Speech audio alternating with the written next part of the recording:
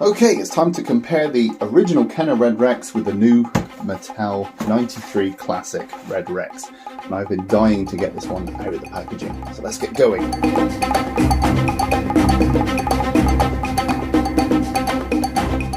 Just cut these ties.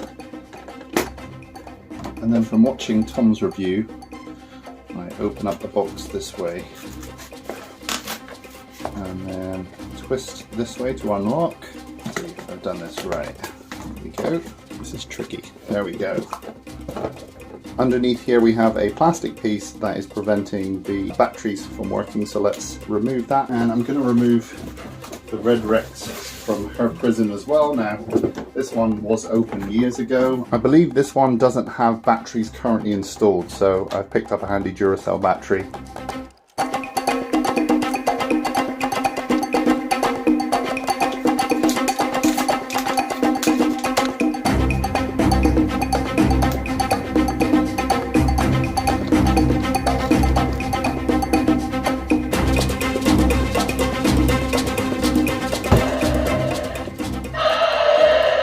Still works. So here they are, both out of their boxes and looking amazing. Before I get a close-up look at these two, I have to compare what came in the box in 1993. This is the collector's card that came with the Kenner Red Rex, featuring this beautiful artwork of the Ford Explorer and the T-Rex breaking out in the main road attack.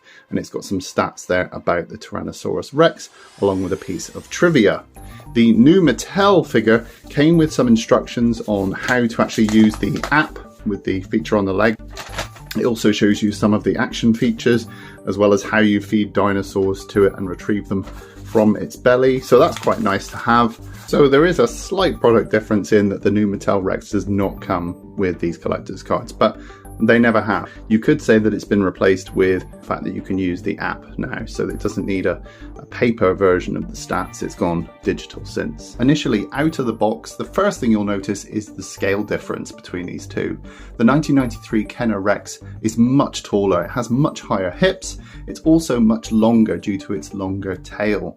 Also proportionally, the Kenner Red Rex feels more accurate to what we see in Jurassic Park, and there's a good reason for that. The 1993 Kenner Red Rex is actually cast off of the Stan Winston maquettes that were actually used for the film. So you will be getting a more accurate sort of sculpt on the figure.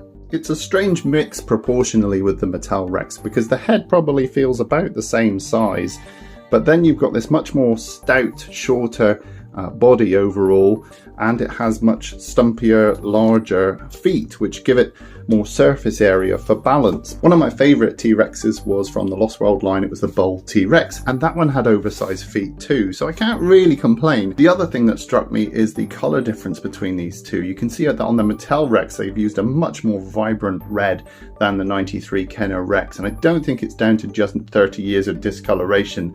I genuinely think they've used a more vibrant red on this new toy. For me, that makes it feel in line with the existing Mattel stock, that they've done lots of graphic kind of looking dinosaur toys. They feel like they've come out of a comic book. I've said this to Tom many times before. This reminds me of Michael Golden artwork from the front of Return to Jurassic Park. That initial tactile response is really important with a toy. So let's see what we're dealing with. The head is made of a hard plastic, and then as you transition into the neck, there's actually a separation point here. This is all soft rubber. So this is the real feel skin that's boasted on the packaging. The legs from all the way up here down, these are all hard plastic, and the arms are actually a hard rubber. So they do actually bend a little bit. Comparing that with the 1993 Rex, you've got the whole body from the head down into the neck. It's all connected. This is all rubber. The legs, the upper legs, the tail, this is all rubber down here.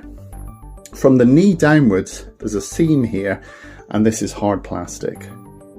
On the arms, these are hard rubber too. They do have a bit of give to them. Now, comparing the softness of the rubbers between these two, I'd say the Mattel Rex is a bit softer. I think it's durometer, isn't it? The softness of plastics or rubbers. It either feels thinner or it feels softer. Even on the tail, actually, yeah. So whether that will reflect on its lifespan, I don't know. And maybe that's due to the 30 years of age. Maybe this would have been more softer and supple back in 1993, and maybe it's kind of hardened over the years. Maybe the same thing will happen to the Mattel Rex. Probably the most exciting part of this new toy are the features. Let's start off with the sound effects. There is a button between the hips here on the top, and it plays one of 4 roars. So let's play the roars.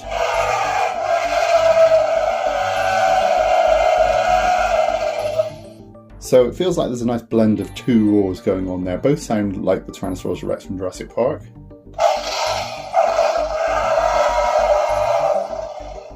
Then there's the sound of almost like a stomp or a bite, followed by a signature Jurassic Park roar.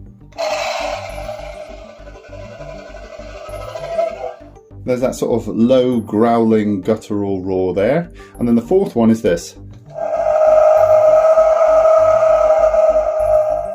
which is kind of like a haunting roar. I'm not familiar with that one. It doesn't sound like it's from the Jurassic Park back catalogue, but cool to have 4 sounds nonetheless. In terms of articulation, starting off with the head, we have upper and lower jaw articulation, and this allows for some really wide jaw open poses, which is really cool for you dinosaur photographers out there who love taking photographs with your toys. Also, it actually holds its pose no matter where you leave it. It's got a nice kind of amount of friction going on, and that's really cool for people who are maybe doing stop motion with these figures. With the arms, you can rotate them 360. They also swivel outwards, so you get a nice lot of mobility with this arm, more than you would have got with the 1993 Kenner figure. The articulation in the legs of this Rex figure do actually mean that we get this kind of gap between the rubber area and the plastic legs. I think that does detract from the look, and that is a bit of a shame, but the articulation it allows is pretty cool. So these legs are essentially ratcheted in one position, and that position is this standing pose. So if I move it out of this position, you'll hear it clicks, and now I can rotate the leg, and then when it gets back to that standing pose, it clicks back into that fixed position. I can move it forwards as well if I click it out of that standing position. So it allows you to basically align the leg with where it needs to be to stand up properly. Same on the other side. This, you can click it out of its forward position, you can click it backwards as well. And what this means is that you can get the T-Rex standing up like this in a kind of victorious pose, open up her jaw, and get a really cool victorious roar. It's kind of like a ball joint. I think that's as far as it will go, and I'm pushing it. I don't want to break it, but that's as far as it will go. So not too much sort of lateral movement. I think it's cool that you can actually bring it back to a standing pose that you know is going to work, and also if you're displaying this thing on your shelf, you know it's probably not going to fall over very often. Inside the tail here, it does actually feel like there's a mechanical hinge, and it feels spring-loaded, so when I bend the tail, you'll see that it springs back into position, and that's not just the rubber doing that, because the rubber's quite soft and supple. It's actually a mechanical part doing that tail swipe. And then at the end, I believe this is like a wire pipe cleaner sort of tail, so you can actually bend the end of the tail into limited poses. There is a little bit of articulation in the ends of the tail. I don't know if it goes very far up. It starts to kind of bend backwards, but you do have some posability in the end of the tail. Moving on to the gimmicks and sound effects for the Kenner Red Rex, it doesn't boast as much functionality as the Mattel Red Rex. So let me show you.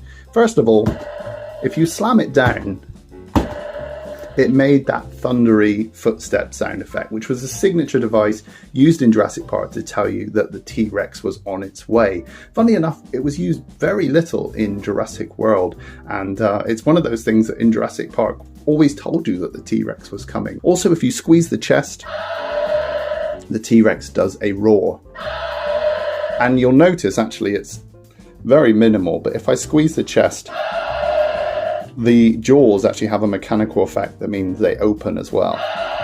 But on this particular one, it only opens a little bit, and I don't know if through play that kind of gets worse over time, but yeah, if you squeeze really hard, you get more of a roar. That said, it is rubbery, so if you've got toys and you're playing with this as a kid in 1993, you could open up the jaws and shove things in there. Now, you've also got the rotating arms here, but they don't come out laterally, so you can only twist them this way. So the articulation on the arms is better on the Mattel. There's no articulation in the legs. They are rubbery, so you can bend them a little bit. There's a tiny bit of give, not much at all really. And then the tail does actually have a wire inside of it. Now, I never posed this. I've never really bothered doing it, but there is a wire in there, but I've always thought it's just to give the kind of tail shape. I don't know if it's for play. Let me know in the comments down below. Did you used to pose this tail? If so, maybe that's why Mattel did the same for theirs.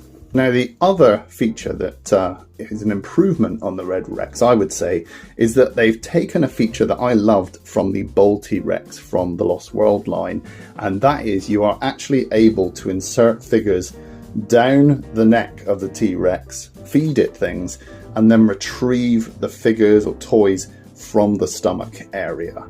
Now, I think that is fantastic. Now, for this, I'm going to bring in my old friend. It's off-color Alan. He's back. Now, I'm going to see if he can actually be fed down the mouth of the Mattel Red Rex, and the answer is no. And I thought that might be the case because this is a larger figure.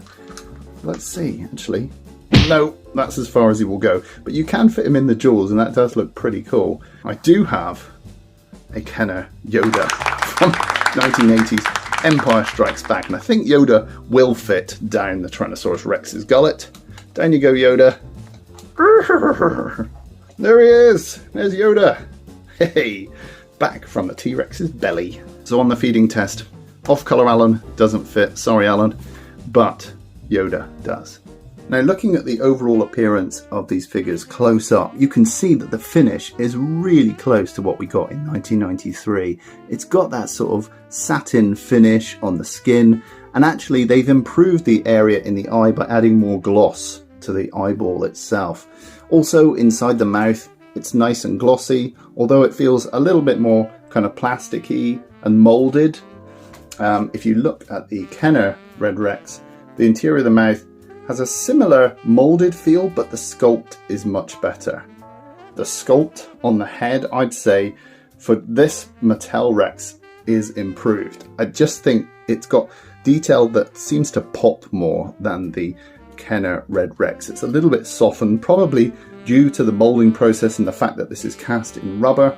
You can see that the detail just pops a little bit more, and I think that's down to the fact that this has probably been digitally sculpted and augmented so that when it's 3D printed as a master sculpt, it actually retains all of this scaling detail. I have to say, this is a magnificent head sculpt. Beautiful scaling detail all over the head. Some really, really fine detailing going on here for the size of it. And if I open up the jaw, you can see there's those molded plastic tongue and roof of the mouth, and they've done the fleshy parts in the corner of the mouth. They kind of overlap here to allow the jaw to open up nice and wide, and then there's the hole where you can feed the toys. As we move down the neck, there is a loss in detail as we move into the rubbery area. It's still sculpted nicely, but it's not as fine as this plastic, so maybe the integrity of the rubber is such that it can't hold the same level of detail as this plastic, which is interesting to note. Very nicely sculpted all the way along the body. Again, much broader sculpt work than the plastic, but still very nice. The hips here feel very wide, and I don't know if that's due to the functionality of the limbs here, but this feels very wide proportionally. Nice airbrushing going on the back here. Airbrushing does feel more naturalistic in terms of its patination. It does feel very well applied. Underneath, you can see we've got this yellow airbrushed paint, and I'd have to say it does feel more vibrant again than the 93 Kenner Rex. And I guess say what you like about that, but it goes hand in hand with their more graphic style, I'd say, whereas the Jurassic Park Kenner Red Rex feels a little bit more naturalistic, I guess. You can see we've got all this sculpted musculature. I'm not sure if it feels kind of proportionally accurate. It might be due to the fact that the articulation here rounds it off at the top. But there is nice detail here, and especially on the feet. the sculpt is really, really nice. It's just a shame that it's compromised by how oversized the feet are. They've even sculpted the undersides of the feet. Although if I remember the Bull T-Rex from the Lost World line, it felt a little bit more naturalistic by having kind of sculpted pads. These feel a little bit more general in the way that they've scaled the feet. There's a nice little Jurassic Park logo there. Looking at the arms, you can see again, nice detail. They haven't painted the finger claws, which is interesting, but then they didn't do that with the original Red Rex either. Scale comparison time. Here's the Mattel Red Rex next to the old Papo Brown Velociraptor. I think these two scale up really nicely. Next, here's the Mattel Red Rex next to Off-Color Alan, and I think in Kenner scale, this kind of looks like a juvenile Rex. So there we have it. That was today's comparison of the classic Kenner Red Rex with the brand new classic 93 Mattel Red Rex. Which one do you prefer? Let me know in the comments down below. I'll always have a soft spot for this old girl from 1993, but it is beautiful that we've got a celebration of Jurassic Park on its 30th anniversary with something so cool as this. I'd love to hear from you, so please do leave a comment down below on your thoughts. If I've missed anything out, let me know. I'll try and respond as much as I can because I know you guys are thinking maybe about getting this figure and you want to know the details. In the meantime, guys, rate, comment and subscribe. Check out all our other Jurassic Park and Jurassic World content on the channel, and I'll see you guys in the next video. Bye bye, Alan and Yoda. There they go. They're leaving the review table. Back from the T-Rex's belly.